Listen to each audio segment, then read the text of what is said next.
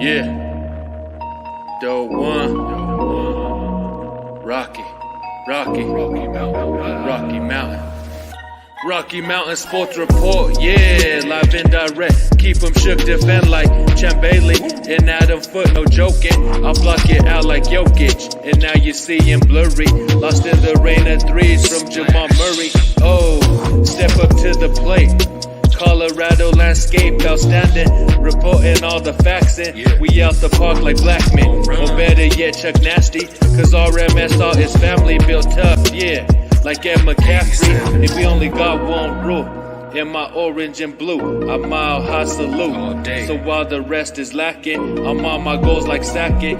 Time to slaughter, be hitting hard like Atwater Gold Glove. 300 club like the Todd Father. Hey everybody, this is David with Rocky Mountain Sports Report, here to let you know that Avicor Mobile Power Wash is an industry leader in commercial cleaning services. They specialize in washing commercial vehicles, including but not limited to tractors, trailers, bobcats, front loaders, rear loaders, pickups, and much more. Have an oil stain? Give Avicor a call. Oil spills? Call Avicor. Parking lot, sidewalks, and commercial containers. You know who to call. Avicor. If you need it clean and want the best prices in town, then give Avicor Mobile Power Wash a call at 303-585-1129.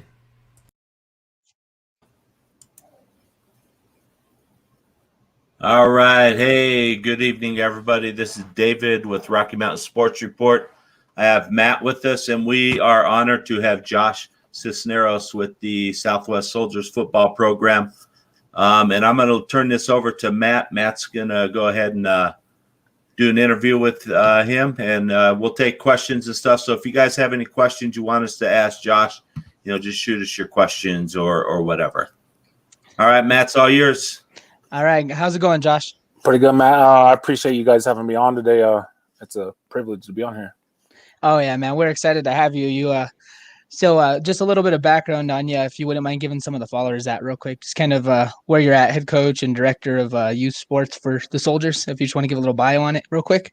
Yeah, I'm with the Southwest Soldiers. We're located out of Kennedy High School, Southwest Denver, pretty much Dartmouth and Sheridan area. I'm Bear Valley. Pretty much Bear Valley. That's awesome, man. Yeah. So I grew up in that area. So I'm real thankful for what you're doing for that part of the community. I mean, we have a lot of at-risk youth in some parts of that community. So I'm just thankful, first and foremost, thank you for keeping some of these kids out of trouble. You're working with them at probably the most crucial stages of development. So I just want to give you kudos for that first and foremost. So just got a couple quick and easy questions for you. So what's the day-to-day look like as a director of a youth sports program? We could be busy, man. Once football season comes around, it's all you got to put all your effort and time into it.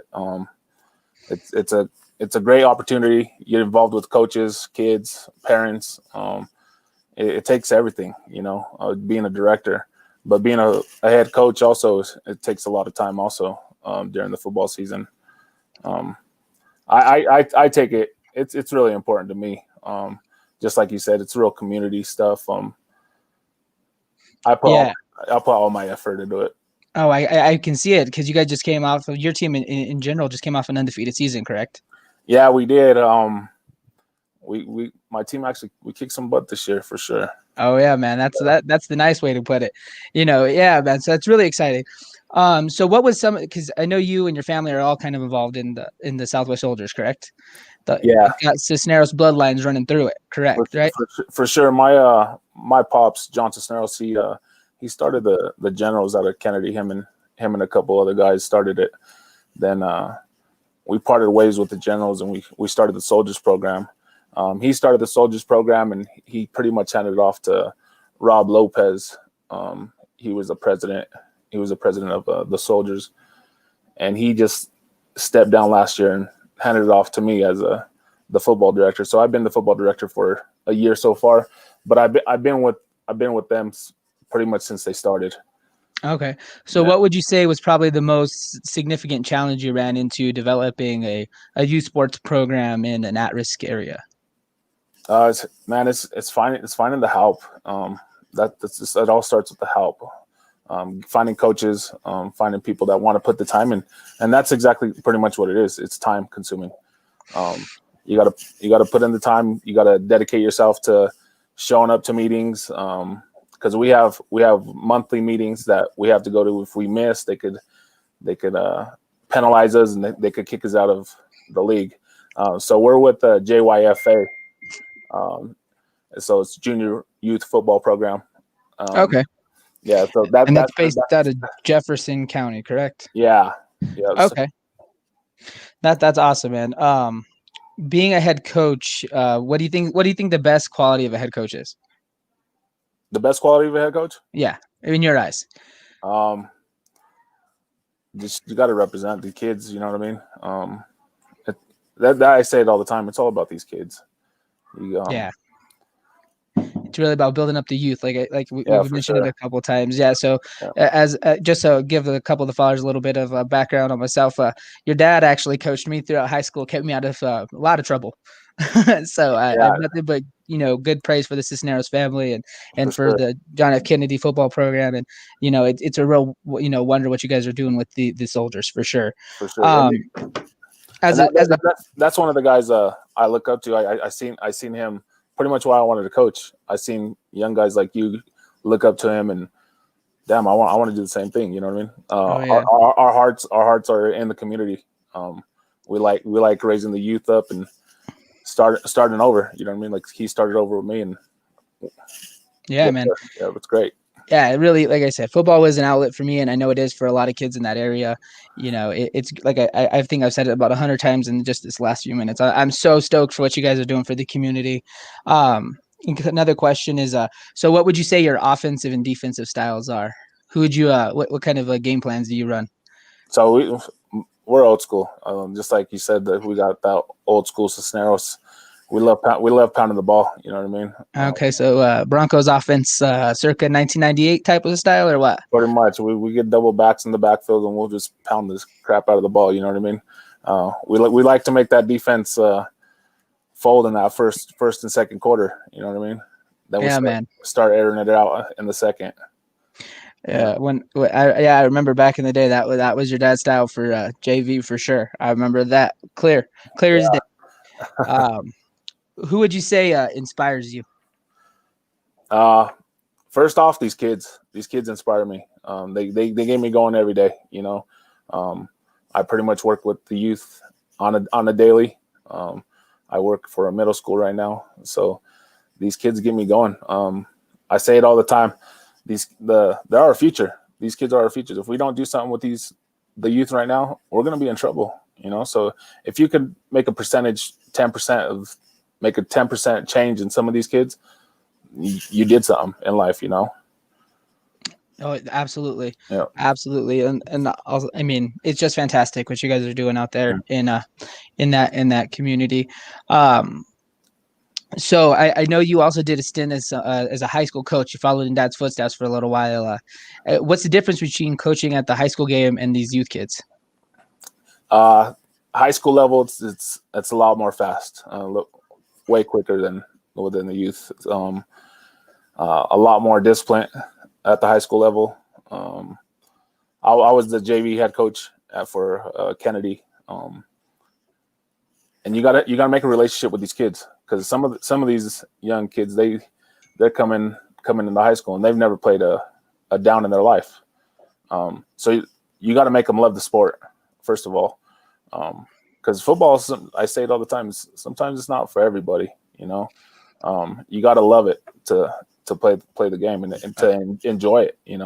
Oh yeah, it's definitely hard work and dedication. Yeah. Comparing the high school back into youth once again, what would you say? What's harder to build, like the foundations of relationship? Was it harder to build it with your high school kids or your seventh graders? The seventh graders, I've had most of them from third grade, so they have that relationship with me already. So I built it up with them. I always say it's friend, and sometimes I'm a father figure to some of these kids. You know what I mean? Yeah. So, but when we're on the field, once we step on the field, I'm coach. So it's time to get to work. But then at the high school level, it's the same thing. You got these kids, like I said, that never played it down in their lives. They're coming into high school. They're trying to make friends with everybody. They're trying to be cool, the cool kid, you know what I mean? Trying to represent. So just making that relationship with them, because if you're too hard on them, they'll shut down on you, and they won't want to come out or play, you know? So building a relationship is the number one key. Oh yeah, we're definitely going to hit on some relationship stuff here for the Broncos stuff. We'll touch on that in a little while. For sure. We wanted to pick your brain on something that happened in the media recently with them. I guess the last question I have for you is if well, we know COVID's definitely impacting a lot of stuff. I seen that Jefferson youth football teams had to shut down early this year because of COVID. Next season, what is the best way to get in touch with you guys if they want to be a Southwest Soldier? So we're going to be changing up websites here in a couple of months, but a couple of weeks. But you could find us right now at on Facebook on the Southwest Soldier page. Then you can look us up at Southwest Soldiers. .com. Just Google us and you'll find us right away. Okay, and then once you get that new link up and running, I'll ask you once you get it, if you should shoot it over to us, we'll give it a little highlight on our social media platforms, and sure. And provide us a link to the league, because there's going to be other at-risk kids in various areas across that Jefferson County area. Just highlighting that league and the stuff the wonders that it's doing for kids in that area, and the stuff that you guys have done is just truly amazing. So let's highlight your guys' league and your team and see if we can get some more kids to follow in their footsteps, man. Yeah, I appreciate that. And I know a lot of these parents, they're worried about money and stuff right now, but we got resources. Just come sign your kids up. We'll take care of them from there. Hey, Josh, this is David too, and that's a good segue, because I was going to ask you if people wanted to donate. Some of our viewers out there, is there a mechanism in place where they can donate to the youth football program? Yeah, you could reach out to me, or you could reach out to Deanna Gomez. She's the president of the Southwest Soldiers. So she's pretty much the bank for us. Okay. But she takes care of all the financials and stuff like that. So even you guys, if they could reach out to you, and you guys could always get connected with me, that'd be great. Okay, that sounds great. And I agree with Matt, the importance of these programs. Like you and I talked before the show, Josh. I mean, we grew up. Our houses were like 3 blocks away from each other, where we grew up, and I know what it's like to, be raised in those neighborhoods, and just to have that influence of a coach and things like that in your life, very, very important. So we definitely appreciate you coming on, spending some time with us, and introducing us to the Southwest Soldiers football program. And you're welcome back anytime as far as I'm concerned. So I appreciate that. I appreciate that. Hey, we're going to take a quick break, and then we're going to come back and talk some Bronco football if you want to stick around, Josh. Sounds good. Thank you. All right. Hey, everybody. This is David with Rocky Mountain Sports Report, here to let you know that Avicor Mobile Power Wash is an industry leader in commercial cleaning services. They specialize in washing commercial vehicles, including but not limited to tractors, trailers, bobcats, front loaders, rear loaders, pickups, and much more. Have an oil stain? Give Avicor a call. Oil spills? Call Avicor. Parking lot, sidewalks, and commercial containers. You know who to call. Avicor. If you need it clean and want the best prices in town, then give Avicor Mobile Power Wash a call at 303-585-1129. All right, thanks everybody. We're back here at the Rocky Mountain Sports Report. We have Josh Sisneros with us with the Southwest Soldiers. Gee whiz, I almost drew a blank right there. It's right, I was ready to say the Pal Redskins. So, man, that's where I started. That's where I started my football career, was with the Pal Redskins. And apparently we all did. That's who I played for. That's who Josh played for. You played for. So it's like I told Josh, it's a small world, Oh yeah, so, Houston Park. That's it. Yeah. I think they still the bloodlines still run through Houston Park, I think. Yeah, definitely running around that lake. I did not enjoy that. So if you guys remember the green box and back, always hit the green box. Oh yeah, yep, definitely. That was life for like the first 5 years of my football career. Yeah. So we're gonna go ahead. We're gonna talk, some Denver Bronco football now. I think the big news today: AJ Bouye suspended. Performance enhancing drugs is apparently he got wrapped up in this whole thing that a couple of the Will Fuller and Bradley Roby of the Houston Texans were wrapped up in with some medical professional that gave him some stuff. Matt, Josh, let's go with you, Matt, first. How does this impact the Broncos secondary, and what can we do, the rest of the season to help us out, especially with having Callahan out as well? Well, yeah, and we also just lost Isang Bassi as well, so to an ACL. So he's going to be out for the remainder of the season. So we have that took away our starting three. So it's going to be interesting how they move forward. We got I'm drawing a blank on his name all of a sudden. We got Michael Ojemudia. He's going to be around. We just signed a Hairston kid. I am drawing a blank on the other gentleman's name. He was with us last year. Bosby. There it is. Yeah, we got Bosby. We got Tolliver the second, who might get some time now. Yeah, he played in the Atlanta game, and his performance was subpar. I mean, that whole secondary was subpar against Atlanta. I mean, that's a difficult game, though. You're looking at Ridley. You're looking at Julio. You're looking at quite a few receiving threats they got. And Matt Ryan's a vet, so it was a difficult game for them. Moving forward with Bosby, Ojemudia, the nickel slot's going to be what's confusing for me. We don't have a traditional slot left on the roster. So I don't know how they're going to move forward with that. They have a couple options. We just brought back Will Parks. He's played in that nickel and dime package before. Just as a filler, maybe they push him down in there. Kareem Jackson's really the only other natural slot that's on the roster. That's where he started his career, was in the slot. Given his age and where he's at in his career, I'm not sure if his hips can handle it. I mean, that's the truth. No wear and tear. Cornerback takes a lot of hip work, footwork. He's been out in the box for a while playing strong safety. So I'm not sure in what shape he's going to be in for that. If they're going to try to throw him in that role, I'm not sure. So nickel slot. Let's see where it's going to be really difficult for the Broncos to overcome. Like I said, we just signed some kid off of the Ravens practice squad. Hairston, he's a cornerback out of Temple. He's like 26 years old. That's all the information I got on him right now. This happened like maybe 15 minutes before we jumped on the air. So yeah. And I did see that pop across. So now, Josh, let me ask you a question. You being in coaching for so long, I mean, and we know injuries are part of the game. They happen all the time. But, boy, have you seen anything like this before? The way the Broncos are just being decimated by injuries, especially that defense and that secondary. Yeah, exactly. They knew what was going to happen. You know what I mean? With the COVID and stuff, they didn't know if they were going to play or not. But this is your life. You're in it for the long run. You're getting paid the big bucks, so you should be training your butt off all season long. You know what I mean? Right. It's just like us going to a job every day. Right. No, I agree with you 100%. It's not like it was back when I was growing up as a kid, when a lot of these NFL players in the off seasons, they went and had other jobs because they weren't making millions of dollars like they are now. Exactly. But yeah, these guys have access. 365 days a year to work out, and do what they need to do to come in shape. So, one other guy real quick I forgot to mention, Duke Dawson. So he was a high round pick for the Patriots before we got him. We ended up acquiring him about 2 seasons ago for like a mid-round pick. He hasn't really amounted to much. This might be his time to shine. He was struggling at the cornerback position inside and out, so we transitioned to safety this offseason. So he's the one who stepped in for Bassi at the end of the Kansas City game.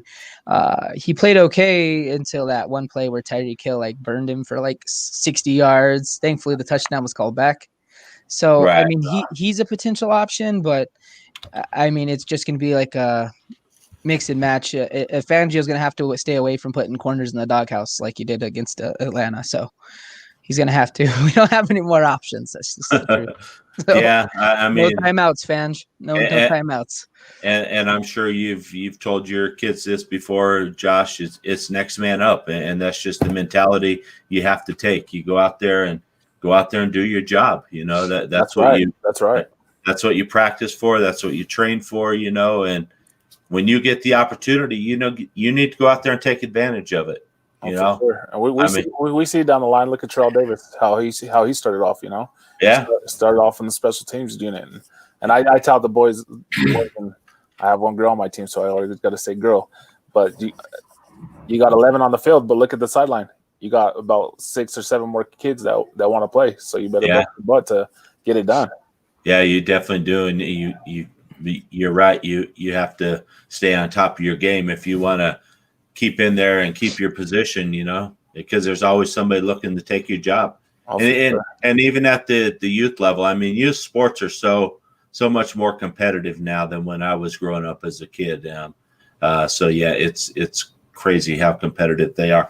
Okay, let's touch on another subject. And me and Matt and a couple of the guys at Rocky Mountain Sports Report have been talking about this. We'll say talking. Jerry Jeudy. He's thrown out some crazy tweets, over the last, 2 days or so, 2 or 3 days. And is he unhappy here? What are your thoughts, Matt? I know this is a tough season for everybody. You come from the University of Alabama where you're not used to losing football games, and you show up here and it's just a dumpster fire with this organization right now. And what do you take of all this stuff with Jerry Jeudy?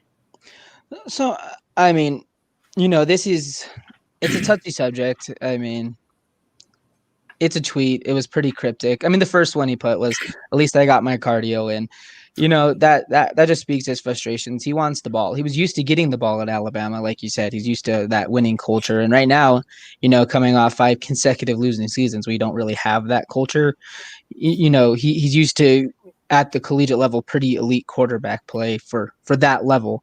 Over here, we have Drew Lock, who is middle of the pack at best right now. I mean, that might be an overstatement, if I'm being honest. We've talked about that tons and tons. So I think he's just unhappy. I think he wants the ball more. I mean, I was a receiver. I think I said this in our chat earlier. Wide receivers are divas, man. I was a diva. I wanted the ball. I wanted to shine. That's what it's about. It's a flashy position for sure. So that's what his frustration is coming from, and then the whole OBJ released like the little memoir thing on Twitter. And of course, Jeudy responded with some like cryptic stuff. I know in our group, we talked about, does he deserve punishment? It's a progressive time. This is 2020. This isn't, this is how guys express themselves. He realized that the first tweet was a mistake. He deleted it. The other ones, is he talking about the OBJ thing? We probably would assume he is, but without confirmation, he didn't blatant out say it, in relation to Shermer. I mean, I don't see the punishment being worth it. You're going to get negative attention in the media again. You're going to see, we already have tons of negative media on us already from the COVID thing, the lack of ownership. Just isn't worth it, in my opinion, to really punish him. Sit down, have that conversation with him in the locker room. Coach Zach can sit down with him. That's a guy he trusts. If Vic wants to get on it, that's part of Vic's job. He's the head coach. It's about rating your team in and showing discipline. That doesn't mean you got to sit a guy or suspend a guy. Right. Yeah. I wouldn't do it. So, Josh, let me ask you this as a football coach in this era of social media. I mean, how do you deal with it with your kids and stuff? Because I'm sure you hear a lot and see a lot on social media. And do you have any words of wisdom you put out to your kids on how to conduct themselves on social media? Well, I say it all the time. It's social media is the internet. You know what I mean? Everybody's going to see it. If you post something, everybody's going to see it, no matter who it is. Broncos having a losing season. They're going through a lot of emotions, so you're gonna get the best of the emotions out of them. It's a difference from winning to losing. So, this wouldn't happen if we were winning. Everybody would be. I don't care if I'm getting the ball or not. We're winning. Right. Yeah. Oh yeah, definitely. Yeah, if we're winning and we're battling for the AFC West division title. This stuff's probably not getting thrown out there and everybody's happy, but the frustration is setting in. And these people need to remember you put something out on social media, even if you delete it 10 minutes later, somebody's screen capturing it. Oh, for sure. And it's coming back. So, yeah. And I've always tried to tell my kids too, you put something out there, it's staying out there. You can delete it, but somebody's going to have it, So you need to be careful what you're putting out there and the way you're conducting yourself on social media. And I know they're all young, and this is the way they express themselves this way. But yeah, sometimes it would help if coaches started at a younger age like you do and just letting them know the implications when you do throw stuff out on social media. For sure. Yep. And that emotion is going to leave, it's going to pass. You got to get with that 24-hour rule also. Yeah. Let me ask you a question before we wrap up the Broncos segment, Josh. Again, we thank you for joining us. It's been great having you on for these last 30 minutes. What do you think the Broncos need to do to go into Carolina and beat the Carolina Panthers, and can they do it? Oh, man. We go Sunday to Sunday, you know what I mean? Just like the Broncos say, they have those mixed emotions. We just need to pound the ball. I think we can't throw it. We interception all the time. Secondaries need to step it up, you know what I mean? Like it's a rough season. I've already told my son, I'm like, this year is just a scrimmage for us. We're scrimmaging this year. We'll wait till next year. Taking a vacation yet. Yeah. Yeah, they're not here yet. Yeah. Just a couple things to see if it that plays into the Broncos' favor. Yeah, we have a beat up secondary, but it looks like the Panthers wide receiver room is going to be pretty beat up. There's some COVID stuff going on over there. There's potential they're going to be without 2 or potentially their 3 starting receivers. So we're going to have to see how that plays out. So, I hate to play off a team's flaws when it comes to COVID, but that's definitely going to go into their favor if it ends up that way. So yeah, it's going to be a pretty even game, I think. We'll just have to see where it goes. For sure. All right. Well, Josh, thank you very much. Thanks for your time. Everybody out there, remember SouthwestSoldiers.com, you said? Is that it, Josh? Yeah. Yep. Check them out. Check them out on Facebook under Southwest Soldiers. If you can, hook up and see if you can send some kind of donation to these kids. Some of them do need the assistance to help, and it's a great program for underprivileged kids and keeping them off the streets and keeping them out of trouble. We really appreciate what you do, Josh. It's definitely an honorable thing that you do. So coaching youth sports is a great thing. So again, thanks for joining us tonight. I appreciate you guys. Thanks for having me. All right, we're going to take another break really quick, and then we will be back, and we'll bring in Scott Cole, and we will talk some Colorado Avalanche hockey.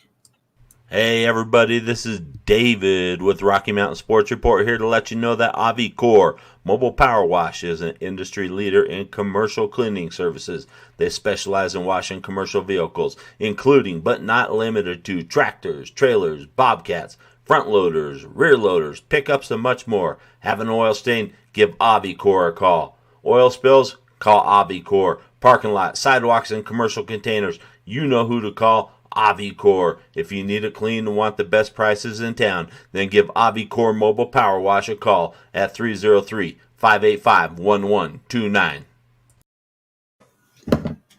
All right. We're back. This is David. Got Matt.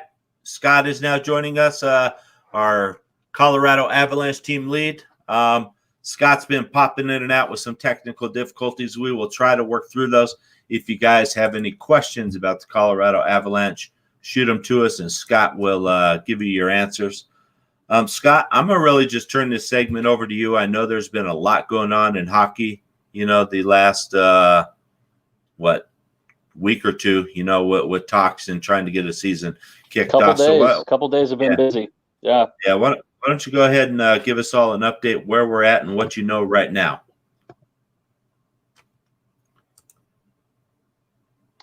All right. So most of this goes back to when they created a new CBA agreement back in over the summer before going into the 2020 playoffs. The hope was that hockey would come back, as soon as December, but that didn't happen. It got pushed back to January 1st. The biggest issue they were facing coming in December was an agreement on how to split the TV revenue, and NHL executives are trying to ask the players to take a 13% escrow hit on their salaries this upcoming season. The players aren't willing to back off on that. So here in the last few days, both sides have come to an agreement to just move on from the finances and let's play some hockey. The word on the street is right now we're looking at either a 52 or 56 game schedule, with a 56 game schedule being more likely, starting around January 13th to 15th. The AHL starts up in February, I believe, around February 4th or 6th, and you've got some other minor leagues starting up here soon. The earliest thing that we can look forward to as far as any kind of hockey is the IHL Junior Championships 2021 happening up in Canada, and we've got a few prospects from the Avalanche who are playing in that competition. You got Bowen Byram and Alex Newhook, who were draft picks last year, playing with Team Canada, and also Justin Barron, who was a first-round pick this year, vying for a spot on that team. Another prospect that we drafted this year, who's trying to make his way onto the roster for the United States team, is Drew Hellison. All young players, all very talented, and Sakic wants to see what they have. And this is the best opportunity to see, what they can do before coming to training camps. I believe training camps are set to start up the first week of January. There are 7 teams that didn't make the playoffs last year, and those 7 teams will start their training camps around December 28th, 29th, with the remaining 24 teams starting their training camps once the new year. What's that mean for us as far as hockey? We get to enjoy something that should have started back in October if it wasn't for the COVID-related symptoms. The other issue that we're facing now that we moved on from finances is that we can address some of the other issues. Who's going to play where, what divisions are going to look like, and everything else. It's looking more and more like they're going to confirm their decision to stick with an all-Canadian division, keep all the teams that are up in Canada up there. And we have the Colorado Avalanche, and I believe, so you got Colorado and St. Louis and Dallas moving over and joining some of our Eastern Conference teams with Anaheim, Arizona, Los Angeles, San Jose, and Vegas. The Eastern Conference is pretty much everybody on the Eastern Coast, and the rest of your teams that sit along the Central Division are going to make up another division with your Carolina Hurricanes, the Columbus Blue Jackets, Detroit, Chicago, Florida Panthers, Minnesota Wild, Nashville Predators, and the Tampa Bay Lightning going to make up what they're going to call the Central Division. With that, it seems like we're leaning more towards some bubble play going on. Gary Bettman is hinted towards that. If they do go with a bubble play type of mentality, it might be something similar to what we saw for the playoff bubbles in Toronto and Edmonton, but not as long term. They might break it down into 2-week segments at a time and allow the teams to travel back home to wherever they're going to call home for training facility purposes and whatnot, and do some training there, do some healing, and then come back and start another 2-week period. Whatever hockey is going to look like this season, it's not going to be typical of what we usually see. And a 56-game season is going to be short. Some research, I've done some, trying to find out what people predict and everything. Avs are still favored to win to be a Stanley Cup title contender this year, and some people say they may even win the Pacific Division if that's where they play. There are some estimates of them earning 80 points in the season, sometimes maybe around 76, and that's going to be fighting for that President's Trophy this upcoming season. And 76 to 80 points, with 52 to 56 game season, that's a pretty good clip, isn't it? As far as the team goes.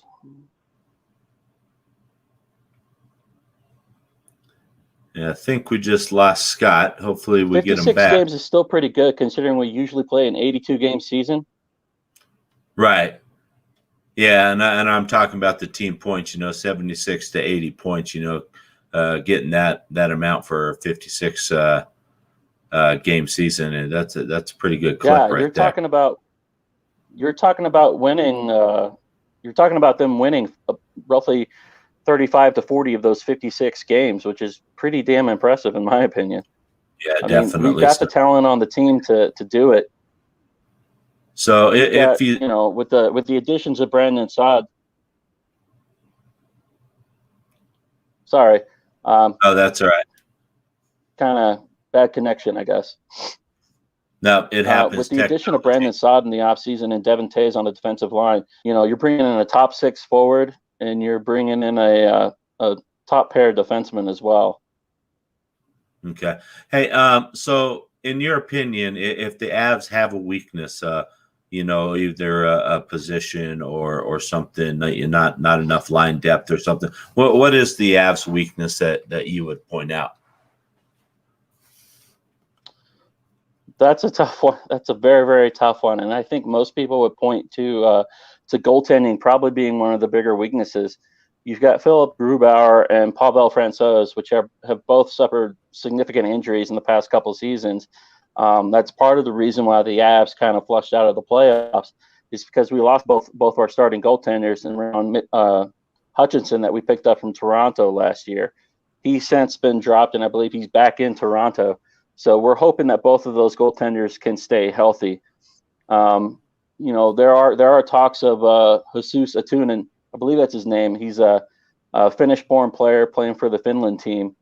He's played in the IIHF plenty of times, and he's helped them win gold at least once. But they've been pretty consistent. He's putting up some pretty solid numbers right now for his team over in Europe, and they're hoping that he will come in probably sometime after the expansion draft. I don't think we'll see him this season. I think he's committed to his team over in Europe, but I do expect that we'll probably see him joining the roster after the expansion draft.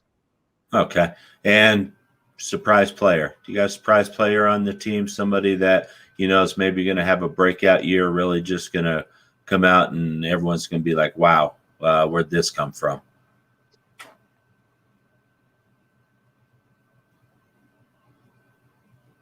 It's hard to determine a surprise player with the amount of depth that they have and everything. You've got great goals. You got great goal scoring in Nathan McKinnon, Mikko Rantanen. Cale Makar was, rookie of the year last year as defenseman and put up amazing numbers. Devin Tays comes in. He's supposed to be another goal scorer on our defensive blue line and everything. I think for me, if you have to look at anybody to have an amazing season this year, I'm going to go with our captain, Gabriel Landeskog. This is a contract year for him. He's in talks with the team right now about an extension. He wants to be here. He wants to be our captain. And he's been an amazing force for us. I think one of the first pieces that we really picked up that helped us to turn around from what we were back in the 90s and early 2000s. McKinnon came in the following year and won Rookie of the Year and everything, but Landeskog really plays that captain role well, and I'd like to see him stay. So I expect him to, be a little more present in front of the net and everything, and put in a few more goals. He did suffer a pretty bad injury this past season with a broken leg, I think off of a flexion or something. But he took it, he did it, he healed, he welcomed a new kid into his life with his wife. So, he made the most of it, but he'll be back. Okay. All right. Matt, you got any questions for Scott? Yeah, I do actually. I got one for you. So the loss of Zadorov was pretty huge. Would you say the acquiring Tiles, does that negate the Zadorov loss? Because I know Zadorov was a pretty strong defenseman. He didn't really offer too much in terms of scoring. I mean, occasionally he would get a goal here and there. Is our defense going to take a hit with Tiles? You said he's more of a scoring type defenseman. With our recent struggles in the playoffs last year defensively, towards the end with the beat up goaltending, is this? Would you call it a fair shake? I would say the Avalanche actually won that deal. Nikita Zadorov, he's a fan favorite for a reason. He lays down the big hits. He's not afraid to get into a fight or anything else like that. And he, led the league in hits for, 2-3 years consecutively. But the issue with that is some of his hits weren't clean. He's had a couple suspensions. He's had a couple of ejections from games. And he's honestly spent more time in the doghouse with Jared Bednar and the coaching staff than he spent time on the ice. You saw his play time dwindle more and more with the improvement of our defensive core. Cale comes in and takes his slot, and it was just a matter of time. I honestly didn't see Zadorov staying, past this season, and the Avalanche went out and brought in, got Brandon Saad to replace him, and then the New York Islanders running into that cap space issue with the arbitration stuffer. Devin Tays fell right into Joe Sakic's hands and gave us the opportunity to go out and get somebody and replace him. Devin Tays is a more prone to goal scoring, better, well-rounded defenseman than what Zadorov was. So not only are you going to see that offensive production, but I think he's got a big enough body. He can lay around some hits if he needs to. And it's honestly more of a boost for for the Avalanche and anything else. It strengthens theirs to make a deep Stanley Cup run as long as they stay healthy. All right. So that now, was all I had. okay, to let everybody know, Scott is the lead writer and for the Colorado Avalanche team here at Rocky Mountain Sports Report. We do have a podcast now set up. Scott will be releasing his new podcast. Your first one when? You releasing Tuesday, you're saying, Scott? Tuesday. Okay, so Tuesday is hopefully the goal. We will hopefully do a weekly podcast. We'll touch on different subjects. I think this first podcast is going to touch a little bit on some of our prospects that are playing in the World Juniors coming up here, which start on Christmas Day. So Merry Christmas to all the hockey fans out there. You know, we got a great gift with some World Junior hockey coming up on Christmas Day. And then, you know, if there are certain subjects that people want to get my opinion on and they want to hear about, just shoot some messages to us at RMSR, and we'll address them. I'll be releasing an email specific to them to send questions and comments to that will directly be directed towards that podcast, and I'll pick some questions, with every podcast I release, and answer those questions to the best of my ability. Right. And hopefully my friend and colleague Mike Herschel will join us on a couple of podcasts in the future as well. Okay.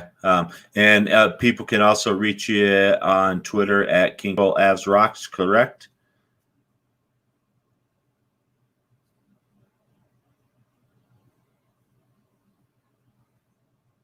I think Scott froze up on us there. I think we lost him. Yeah, I think. Maybe not. Yeah. I don't quite have the Twitter handles up yet. I'm working on that, but they can reach me. I believe the Gmail account I have set up is kingcolermsr@gmail.com. They can shoot questions there if they'd like. Okay. All right. Sounds great. And, we really appreciate you taking some time tonight coming in.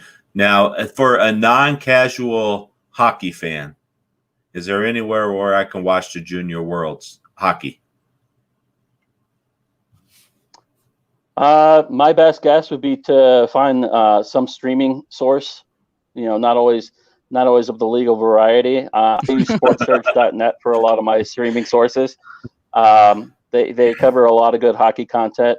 I'm pretty sure they'll have a fair amount of the World Juniors listed there. I also, just find a source. I know here in Colorado, Kroenke Sports Entertainment is still in a fight with some of the local broadcasting networks as far as streaming Avalanche and Nuggets content. So hopefully they'll get that figured out later this year. As far as the World Juniors, I'm going to be doing some searching myself to find some sources so I can watch some of these games. If I find anything juicy that's pretty legit and runs smoothly, I'll share it with everybody.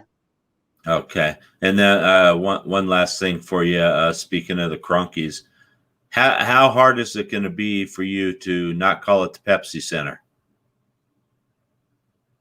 Extremely hard.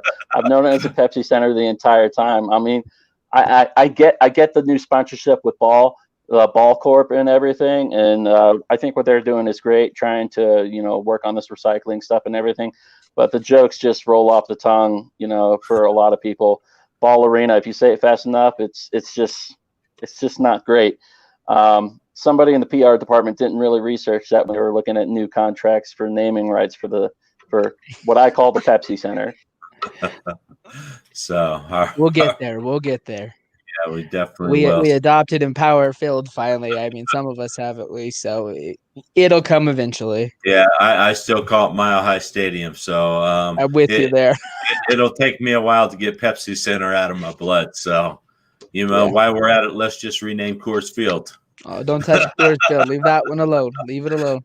So, all right. But yeah, again, thanks, Scott, for joining us. Again, everybody, you can reach Scott on the Rocky Mountain Sports Report page. You can get him on Twitter at King Cole Avs Rocks.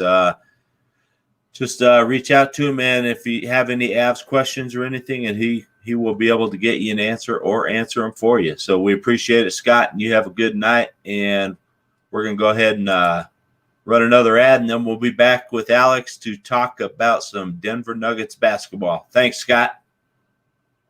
My pleasure, guys. Hey, everybody, this is David with Rocky Mountain Sports Report here to let you know that Avicor Mobile Power Wash is an industry leader in commercial cleaning services. They specialize in washing commercial vehicles, including but not limited to tractors, trailers, bobcats, front loaders, rear loaders, pickups, and much more. Have an oil stain? Give Avicor a call. Oil spills? Call Avicor. Parking lot, sidewalks, and commercial containers. You know who to call. Avicor. If you need it clean and want the best prices in town, then give Avicor Mobile Power Wash a call at 303-585-1129. All right. Hello, everybody. We're back. This is David and Matt.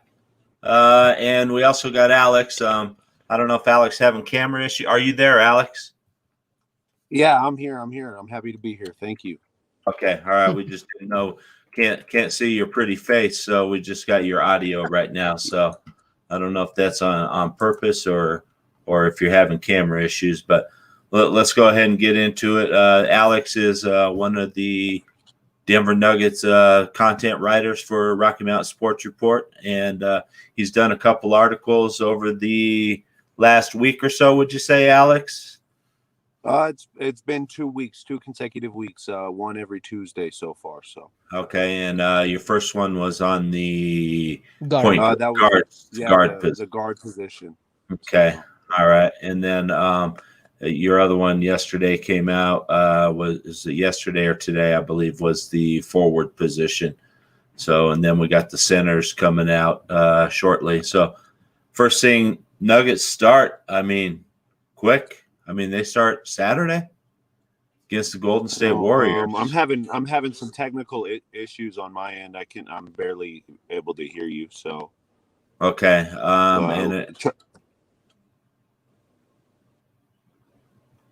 yeah, we might have to dump Alex if he's not able to fix his issues on his end. Matt, are you hearing me? Okay. Yeah, I can hear you just fine, Dave. Okay. All right. So. I'm going to go ahead and remove it. Yeah, we can hear you. Can you hear us? I think we lost him. Yeah, I think we did. I'm going to go ahead and remove Alex for now. If Alex, you want to reboot and try to come back in, and we'll get you added in. So, all right, Matt. So you and I we can talk some Nuggets real quick. Yeah, we'll wing this Nugget stuff. So first preseason game. We only got 3 preseason games this year. We start Saturday against Golden State, and that's a team that's down on some bad luck again. They lose Klay Thompson. Yeah, lose them again for the second year. So a tough break for them. So. Yeah, as we go into the preseason, just like any preseason for any sport, I don't think we're going to see too much playing time for our starters. Maybe just enough to see, build a little chemistry. I think we're going to get a lot of Zeke Naji. We're going to see a lot of some of these other guys we brought in, maybe JaMychal Green. Just some of these other guys that haven't been in Denver. I think we'll see a lot of, playing time for them. We're going to see some increased reps for Bobo probably throughout the preseason. He's a name to watch. He's been on quite a few boards I've seen of potential breakout players. We've seen Michael Porter Jr. kind of somewhat come out of his shell last year. I wonder if this is the year he finally fully comes out. Murray and Jokic are always solid. So are you back with us, Alex? Yeah, I'm here. Sorry about that. I know that. No, you're good. That's all right, man. So we're just talking about, the first game with the Warriors and how the Warriors sort of been down on their luck, Yep. Klay Thompson for the second year in a row. But they still have some talent. So anything you look for in these 3 preseason games we got, Alex? Do you see anybody that they're maybe going to try to get some extra playing time or anything like that just to see where they're at? For me, the thing I expect in these 3 preseason games is we're going to see a lot of young faces. I think this is the time Mike Malone's going to use to, exploit what he has and see what his young players are going to bring to the table. That way, when we get into the full swing of the season, he goes ahead and he already knows what he's got in his cards and he can play it the way he wants to. I really look forward. Like I heard Matt at the very end when I jumped back in talk about Bol. I think we'll see him quite a bit in these 3 preseason games, getting 40 of the minutes at the center position. I don't think we'll see Joker a whole bunch, and then we might even see Bol slip into that 4 spot at times. So I look for him to make a big time minutes in the preseason. So. Yeah, and I sort of agree with you there on that concept. I think a lot of these guys that got a lot of minutes while we're down in the bubble, I think that you don't really see them in the preseason at all. I mean, just try to get these guys rest and let them shoot around to practice and stuff like that. I don't think they need any game experience right now. It's only been a month. Yeah. Right. Well, and then with the new implement of the no primetime, load management rule that the NBA just put in place, with a fine of at least $100,000 if you load manage during a primetime game. I mean, there's going to be, I would look for big stars to take their rest when they can get it. So, and I like that rule. How about you, Scott? Because I know you get frustrated. You turn in to watch a game and LeBron James is sitting out. I mean. So I like this this rule of this load management, and you're not going to sit your players in primetime games. So I definitely like that. So, what are your thoughts, Matt? Yeah, no, I like you. I think you said it perfectly. When people tune into a basketball game, they're looking to see the stars. We're looking to see Jamal Murray and Jokic for us. Lakers, LeBron, and Anthony Davis. That's what we turn into basketball for. It used to be you turn into basketball to see the physicality. Now you turn in to see the superstars for sure. Right, and especially if you take a family of 4 down to the Ball Arena. So if you take a family of 4 down there, I mean, you're probably dropping, $500-$600 with tickets and concessions and everything else, and you show up and you find out LeBron's not playing, you're not going to be too happy. So yeah, absolutely, I'd be there with you. Yeah, I think it's definitely a good rule that the NBA is putting into place. All right, Alex, this team, Denver's, made a lot of moves this shortened off season. Is this team built for a championship run, in your opinion? Well, that all depends on a few players in my mind, but one of the main players is going to be JaMychal Green. He was primarily brought in as a defender, and I think, in my opinion, he was brought in so that when we meet the Lakers again in the Western Conference Finals, we have someone who can lock down LeBron as much as possible. And I think that JaMychal Green is probably going to be that guy. So if he can step up and be an elite defender, and, like I said, even in my article yesterday, I think that if we see his stats bump up a little bit and his defense is elite, then yeah, I think that this team could really make a go at the championship run and, even surprise the whole NBA. So, okay. I got a question for you. So, talking about building for championship, Nuggets has struggled defensively in the last couple of years, especially in big games. You look at this past offseason, we lost 2 of our bigs, Jeremy Grant, Mason Plumlee are gone. You named one player that's going to step up as kind of one of those bigs in JaMychal Green. Who are we looking at to step in to be that big, especially at that center position? We seen Bol in there. He's great offensively, but he definitely struggles on the defensive side of the ball. Is that our only option as another big, or is there someone I miss it? So it really depends on Mike Malone's philosophy. I think he could run a small court and have, basically 2 forwards, one at the center and one at the forward position. And then, we could run 2 guards or 3 guards. It just depends on what Mike Malone wants to do. But I think that at this moment, the next person that really needs to step up to make this a championship caliber team is going to be Michael Porter Jr. I know he's not at the center position, and I know that he's not really a big man, if so to speak. But I think that with his contributions, and then if JaMychal Green can step up and play elite defense and bump his numbers up a little bit, then I don't think there's any problem with this team. I think that we basically lock down all aspects of great basketball. So okay, I got one more for you. So with the loss of our big in Plumlee and Jokic being the only true natural center. Is there potential for burnout for him? With the new rules with these stars having to play the load management and him being that primary big, is there potential we could see him, body break down or mentally break down? It's going to be a lot of responsibility on him. How do you think he holds up this season with so much on his shoulders? I mean, I've never taken the Joker as someone who takes his game lightly or who shies away from being the big man on campus, So I think that if that were the case and he had to put a little bit more workload on his shoulders or the pressure on his shoulders, I don't think the Joker's the kind of guy to just break down after something like that. Seems like he's got a pretty strong head on his shoulders, and he's got that killer mentality sometimes, and it just seems like he's a basketball player all the way around. So I think he'll handle it just fine. So, Alex, is there anybody in particular you look for a breakout year from, like maybe Michael Porter Jr.? I know MPJ. He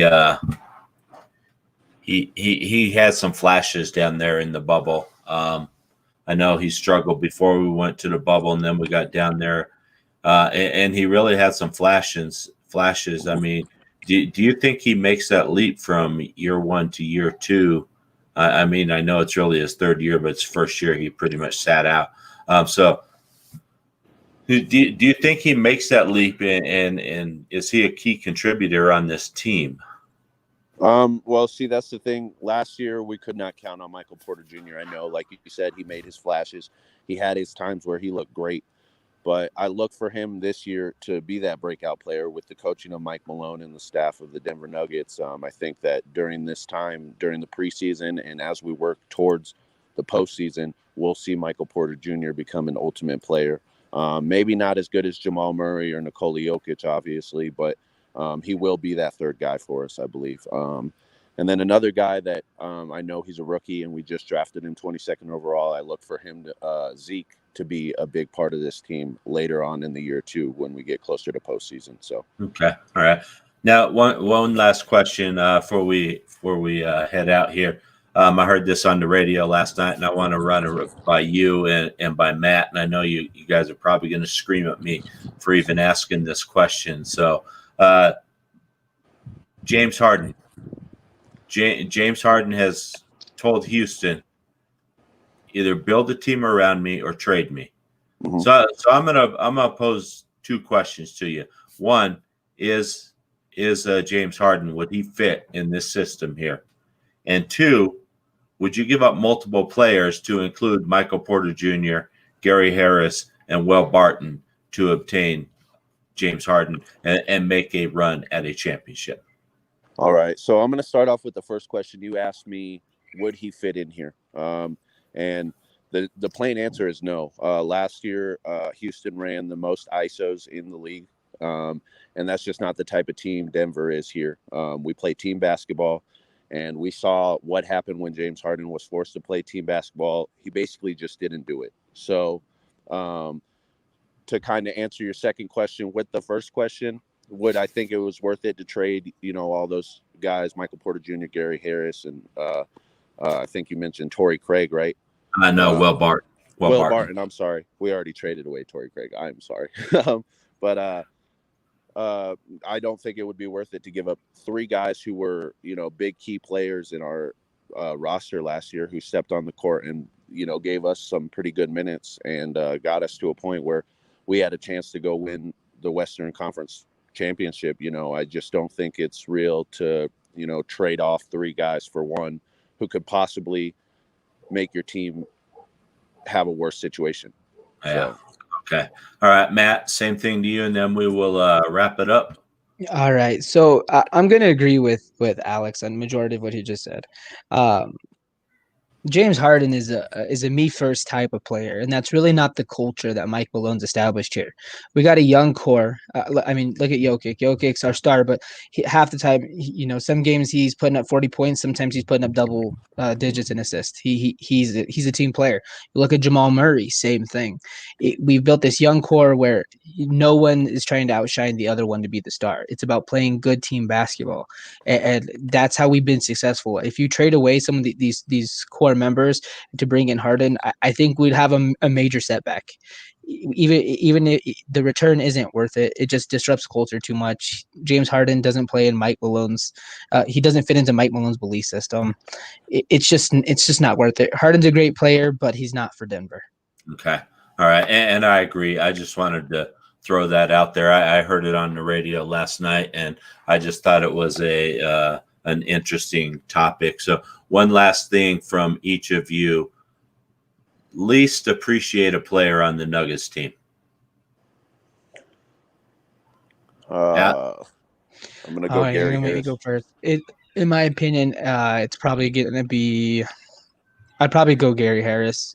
Okay. He's a little spotty when it comes to offense, but he's been solid defensively.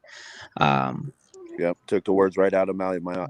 Yeah. How you gonna treat one of your best defenders on the court like that? I'm not saying that they've done anything super disrespectful or anything like that, but I just don't think he gets the attention he deserves for being the type of defender he is. So okay, and I got a different player than you guys. I love this guy. I know a lot of people in Denver do not like him, but mine is Will the Thrill Barton. I mean, that guy will go out there and silently, quietly get you 15 to 17 points a night, and all anybody will remember if he has one turnover in a game, everybody points that out, instead of what he's done out there. So that's my probably most underappreciated player on the Nuggets squad. So Alex, we thank you for taking some time. We know you got to run to work here shortly. We appreciate you jumping on, talking some Nuggets basketball.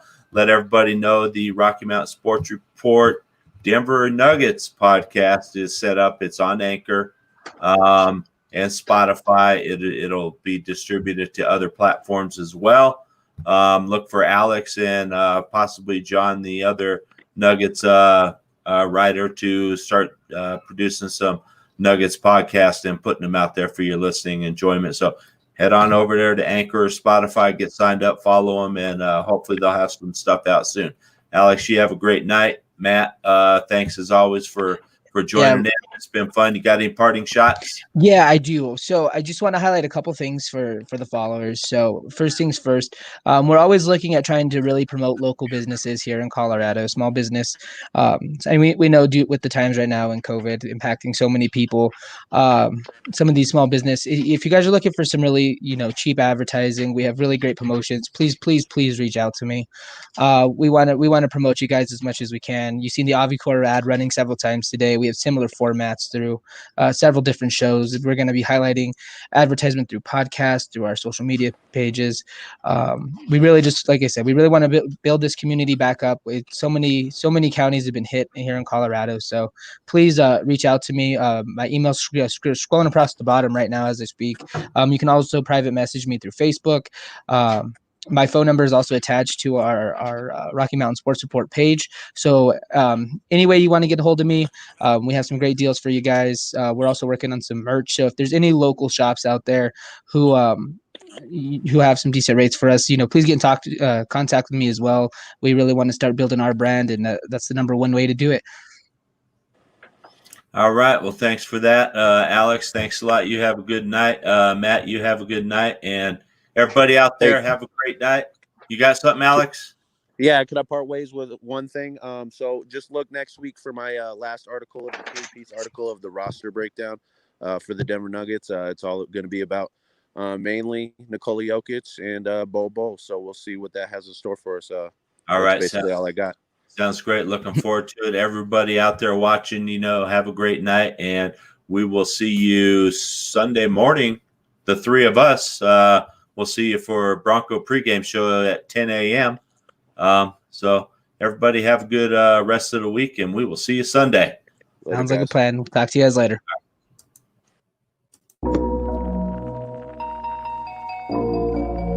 Yeah. Doe one.